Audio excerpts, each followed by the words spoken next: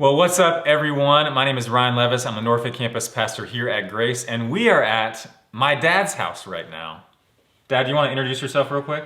Sure, Ryan. My name is Win Levis. I've been going to GraceBible.Church for about 15 years with my lovely bride, Ann. I've got 3 beautiful daughters, and I also got a son, Ryan, here. Yes, I am his son, and we do recognize today that it's Father's Day, and so we wanted to take some time just to honor fathers today. So by doing that, I wanted to honor you as my dad, and maybe go down memory lane a little bit and connect in that way. Even as we also recognize that Father's Day is not the easiest day for many people, it's also a day that we do honor parents and fathers in particular. So we were gonna share a couple memories that we have, and then maybe what we appreciate about each other. So I was gonna go first. I got a memory. Oh, no. From growing up with you. We watched a lot of sports together, didn't we? Yeah, we sure did. One of our favorite things to do was during the March Madness time of almost every year of school. My birthday is in March, and so my dad would come and he'd take me out of school on one of those first weekends on a Friday or Thursday, and we would watch one of the games at a local restaurant. Sometimes it was AJ Gators off Independence Boulevard or Holland Road or wherever that was. So we watched a lot of sports growing up. One of my favorite memories, though, is when I started getting really into soccer. I started watching soccer in high school. And you learned this really good trick. It's called a legal nap. Oh, yeah. Oh, baby. A legal nap. Because if my dad on a Saturday, when he had all these chores to do and my mom had a honey-do list and everything, if he was found on his bed taking a nap, that was illegal. That was not cool.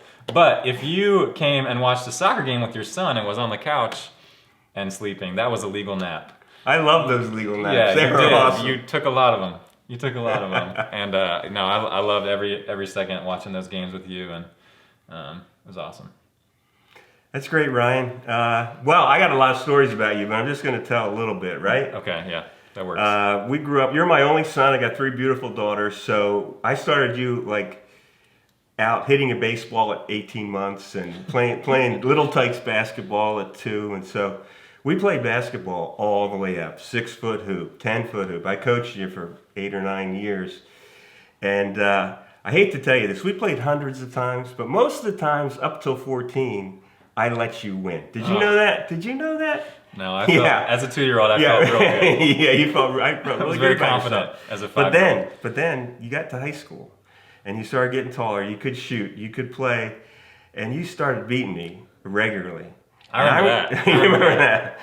And then when you were in 10th grade, we went to the rec center, and you were torching me. You were blocking all my shots. I couldn't shoot anything, couldn't make anything. I didn't want to say anything, but you were slowing down. I was slowing down just a little bit.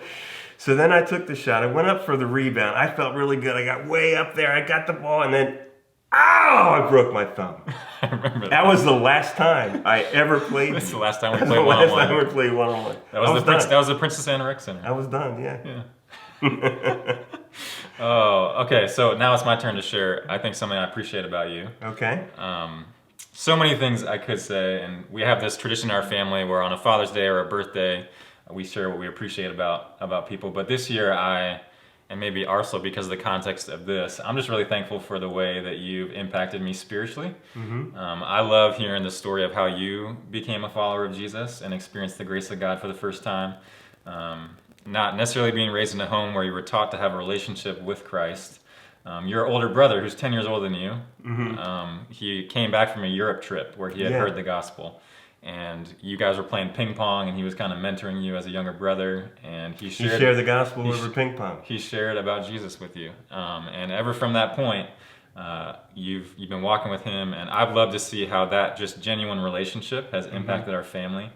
I feel like parents feel a lot of pressure, right, to do like all these devotionals and train their kids in a certain worldview and send them to the right schools and make sure they're protected and everything, and all those things are helpful. But I just think your genuine love for God and your love of us and your love of our mom, all of that has been such a blessing to me, and is a huge reason why I'm a follower of Jesus and a huge reason why I do what I do. So that's great. Thank you, Dad. Well, can we have a moment of silence? That was amazing. Oh, sorry. No, that was really good. I feel really good right now, Ryan. You should. I made a list of all the things I appreciate about you. It was 17. and I'm not going to share them right now. I'll send them to you in the mail. Okay. But I think there's a lot. And one of the things that you're a real people person. You're really kind and considerate and caring. And I appreciate that about you. You're also fun and fun-loving and actually one of my best friends, which is great to say about you as a son. I love that. And to see how you've grown spiritually. You're wise behind your ears, which is really exciting. Behind my ears? Your ears, yes, behind your ears. You're wise beyond your years. I'll say it slowly. Yeah, there you go. So you have that wisdom, and you also have that ability that God has gifted you in teaching His Word. You're a gifted teacher of Scripture, which is thrilling for a dad. But I think the thing I've realized, especially as you become a pastor of Grace, that I appreciate maybe the most is your genuine humility that you have. And I think that's why I think God has worked so mightily in your life, and especially here at Grace. And I've seen that humility. And I do remember that saying this to you, I don't know if you remember this, but the only thing we really have to offer other people is Jesus flowing through our broken lives. And I've seen that in you. So it's really all we have to offer. Yeah. And I feel like I've learned that from you, for sure. Really, everything we have is a gift. Everything we have to offer others is Him working through our brokenness. So that's actually what the sermon's going to be a little bit about today. Who knew? Who knew? Who knew? I mean, wow. That is something. Who's giving the sermon today? Who's giving a really awesome dude. Yeah, a really awesome dude. I know him? You do. Okay. Yeah. You appreciate 17 things about it. Oh, that guy. Okay. But thanks for sharing this time with me, Dad, and I appreciate you so much. Happy Father's Day. Happy Father's Day. Oh, I expect a good gift, right?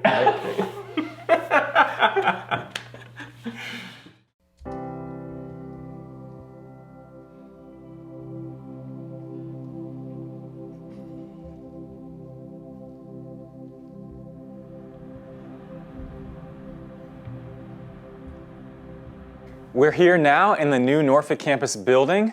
We are getting so excited about this space here. It looks amazing. I'm right now in the lobby by the cafe behind me.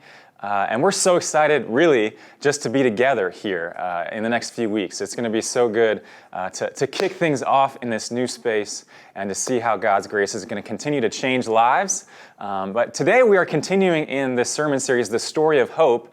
And that piece of advice that my dad often talks about, this idea of Jesus working through our broken lives, is the perfect introduction to the message today. We're going to be in Joshua chapter 1, and it's going to bring out this idea of Jesus working through us.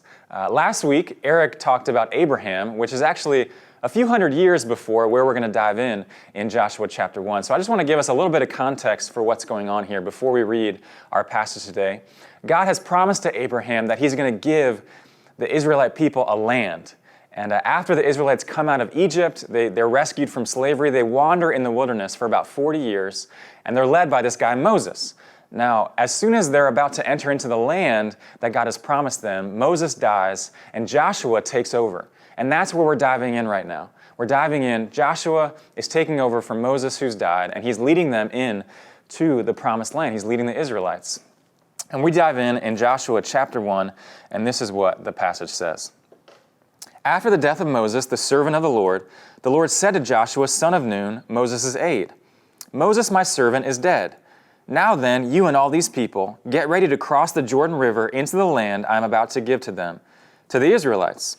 I will give you every place where you set your foot, as I promised Moses. Your territory will expand from the desert to Lebanon and from the great river, the Euphrates, all the Hittite country, to the great sea on the west, that's the Mediterranean Sea. No one will be able to stand up against you all the days of your life. As I was with Moses, so I will be with you. I will never leave you nor forsake you. Be strong and courageous, because you will lead these people to inherit the land I swore to their forefathers to give them. Be strong and very courageous. Be careful to obey all the law my servant Moses gave you. Do not turn from it to the right or to the left, that you may be successful wherever you go. Do not let this book of the law depart from your mouth. Meditate on it day and night, so that you may be careful to do everything written in it. Then you will be prosperous and successful. Have I not commanded you? Be strong and courageous. Do not be terrified. Do not be discouraged, for the Lord your God will be with you wherever you go. There's so many different aspects of this passage that we could focus on. We could focus on all these incredible promises that God is giving and these commands that God is giving Joshua to be strong and courageous, to obey God's law, the fact that God is going to be with him, he will never leave you or forsake you. Even just the idea that God is fulfilling hundreds of years later his promises to Abraham, that he would give him a land. All these things are happening in this chapter. But today, I want to focus on something a little bit different. I want to focus on how this passage connects to the broader story of hope that God is working in the world in this time of Joshua. Now, I think sometimes when we read a passage like this, we're tempted to make a passage like this about ourselves. We're tempted to do that pretty much every time we're reading the Bible, and sometimes it can be helpful. But today, I want to talk about how this passage might even be about someone else, and that person is Jesus. That person is Jesus. You see, I'm so tempted to make things about myself. I was looking on Facebook the other day, and one of my friends was filming a video about a lot of the stuff that's been happening recently. The riots around race, police brutality, political issues that are all kind of boiling to the surface all right now. And he was posting kind of a little bit, something that was a little bit critical towards folks who've been speaking up about it. And I've been speaking up about it in some different ways. And immediately when I'm watching this video of my friend, I think he's talking about me. I think he's frustrated with me. He's talking about the post that I made.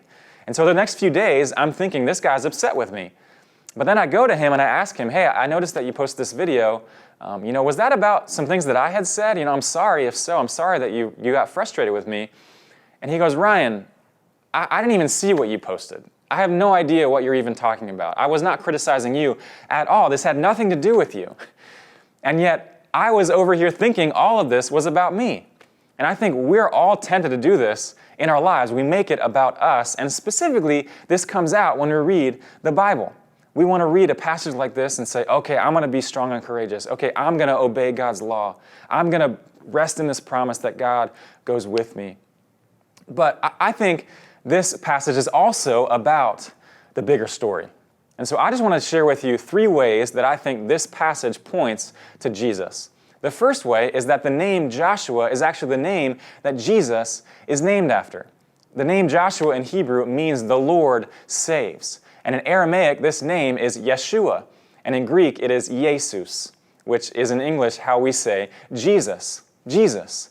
So this connection is not often made in the New Testament, and it's not often made when we talk about Jesus, but there's something going on here that Joshua is representing who Jesus later will be. The one who saves on behalf of God, the one who comes to show God's strength in the midst of his people. Joshua is pointing us to that day when Jesus comes. The second way I think we see Jesus in this passage is that we see Joshua replacing the figure of Moses. Joshua comes after Moses, who's died, and Joshua is now the leader of the people.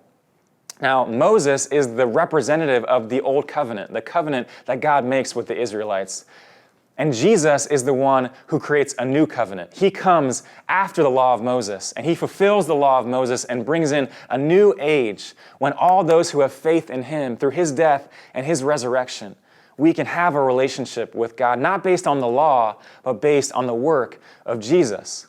Joshua replacing Moses here is a symbol of Jesus replacing Moses, Jesus replacing the Old Covenant, this way that we would relate to God through a series of codes and rules. No, Jesus has died and rose again so that we could be filled with God's presence and have a relationship with God on a basis of a new covenant. So, Jesus is named after Joshua. Jesus comes after Moses just like Joshua. And I think the third one is similar to the second, but I think it's unique. These verses that we've just read are in Joshua chapter 1. And Joshua is actually the 6th book that comes in the Bible. Now, the first 5 books, Genesis, Exodus, Leviticus, Numbers, and Deuteronomy, these 5 books are often called the books of Moses. Actually, in the New Testament, when Jesus or another figure refers to Moses, they oftentimes are referring to one of these first 5 books. Now, we come into Joshua chapter 1, and we're here in this part of the story, And Joshua, the book of Joshua, comes right after these first 5 books of Moses. I think we're seeing that Joshua, again, is replacing this covenant. He's replacing the law in the same way that Jesus comes to fulfill the law for you and for me. I love how these 3 aspects of Joshua chapter 1 are pointing us to Jesus, and I love how both for those of us who are followers of Jesus, maybe you've been walking with him for a long time, maybe you're brand new to following Jesus, you're not even sure you're a Christian, you're still exploring God, someone invited you to watch today. I'm so glad that you're here because this is the heart of the Christian message. This is the heart of what I want you to know about what Jesus has done for you. That this whole story, the story of the world, the story of history, is not ultimately about me or about you or about what we can do to please God and get ourselves closer to him. It's about what Jesus has done. It's about who Jesus is and what he's done to bring us into a relationship with God. I mean, I want to show us just in a few of these different encouragements from the passage how we can see Jesus and what he's done in that context. So we start with this first one. This first one is where God promises Joshua that he's going to be with him. I'll be with you. I'll never leave you or forsake you. Verse 5, as I was with Moses, so I will be with you. I will never leave you or forsake you.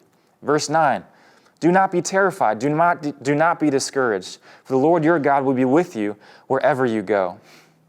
This promise that God makes Joshua that he's going to be with him. Now, we could take this 1-to-1 ratio and say, man, this means that God's going to be with us. But the problem with that is that later in this story, the Israelites are going to be disobedient. They're going to break God's law. And God's presence, which dwells in the temple of Israel, is actually going to have to leave because of their sin, because of their failure. And so, if we're going to rely on this promise, we can't rely on ourselves. We can't believe that God is going to be with us just because of our own obedience or because of our own lives. We have to rely on something outside of ourselves. And that's where Jesus comes in. Because apart from Jesus, we are cut off from the presence of God. Our failure, our sin, separates us from God and this relationship we were meant to have. And so we see in this passage that Jesus, his death and resurrection, is what allows us to be filled with the presence of God, to have access again to his presence, to his power in our lives. So when you read Joshua chapter 1, I will be with you, I will never leave you or forsake you, that can be a promise for me and for you because of Jesus, because of what Jesus has done. I think about this when it comes to fatherhood today, right? All of the dads who are watching, we're so thankful for you, thankful for what you do to lead your families, lead your children. But if we just rely 1-to-1 on this promise that God is going to be with us as we shepherd our children, then we're going to fall short because we're going to realize that our failures separate us from the presence of God. But through Jesus, if you put your faith in him and rely on him and trust in him with your parenting, that's when you know that God goes before you and he goes with you as you rely on him because of Jesus. I think about these next verses that are telling us to be strong and courageous, right? God is telling Joshua to be strong, to be courageous. Verse 6, be strong and courageous because you will lead these people. Verse 7, be strong and very courageous. Verse 9, have I not commanded you? Be strong and courageous. God here is repeating himself to Joshua. He's saying, Joshua, be persistent, be diligent, don't give up, be strong, be courageous. Now, the problem with this idea is that you and I, we can try to muster it up all we want to be strong, to be courageous, to look at the challenges in our lives and believe that God is with us and so we can do anything. The problem is, we're going to come up short. I don't know about you, but in my life, I'm consistently running out of energy. I'm consistently running out of courage. I'm consistently weak and afraid. Because apart from Jesus, apart from God working, Yahweh saves, the Lord saves in my life, I cannot be strong and courageous. I can't do this. And we're going to see in ways that the Israelites later in the story fail to be strong and courageous. That's why we can rely on Jesus in the midst of this. He was strong in our weakness. He was courageous in the midst of our fear. And so through him, we can experience that kind of life. I think about this when it comes to the issue that's being raised in a loud way right now, and that's racial injustice. So many of us have become more aware of this, and we're all working towards unity. We're all working towards a more just society. But in that fight and in that work of racial justice, we are going to get tired. We are going to get overwhelmed. We are going to get discouraged. And we're going to realize that we can't actually do as much as we hope we could do. What do we do in that moment? Do we just try to muster it up and pick ourselves up by our bootstraps and be strong and courageous and read a verse like this and get pumped up for a little bit longer before we wane? No, we have to rely on Jesus in our weakness. We have to rely on Jesus and the fact that the Lord is the one who delivers. The Lord is the one who goes before us in this fight. So first, we only can experience the presence of God if we rely on Jesus. We only can be strong and courageous in our weakness if we rely on Jesus. And then lastly, there is this part about the law, about relying on the law of God. Verse 7, "Be careful, Joshua, to obey all the law my servant Moses gave you. Do not turn from it to the right or to the left, that you may be successful wherever you go." Verse 8, "Do not let this book of the law depart from your mouth. Meditate on it day and night, so that you may be careful to do everything written in it." Joshua here is told to be obedient, to follow God's law, and if he does, he will be prosperous and successful. Again, the problem here is that the Israelites, just like you and me, don't live up to this law. We could read this passage and we could say, man, I really want to meditate more on God's word, and that would be great. We could look at this passage and say, I want to be more obedient to God, and that would be great. But if we don't recognize our own limitations, if we don't read this and say, man, that's an incredible call, an incredible challenge, but in myself, I can't do that.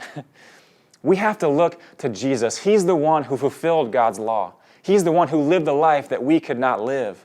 And so we look to Jesus. We rely on him in our weakness, in our brokenness, in our failure to live up to God's standard. I think about this with what's going on right now in quarantine, in shelter in place. So many of us, we've been struggling mentally, emotionally, and we've fallen back into old habits. I know in the recovery world, this has been a time of a lot of relapse for many of us. We've been falling back in to these old hurts, habits, and hang-ups, and it's discouraging, and it brings us to a point of despair and hopelessness. What if in that place you would hear a verse like this? Do not let the law of God depart from your mouth. Be careful to obey everything in it.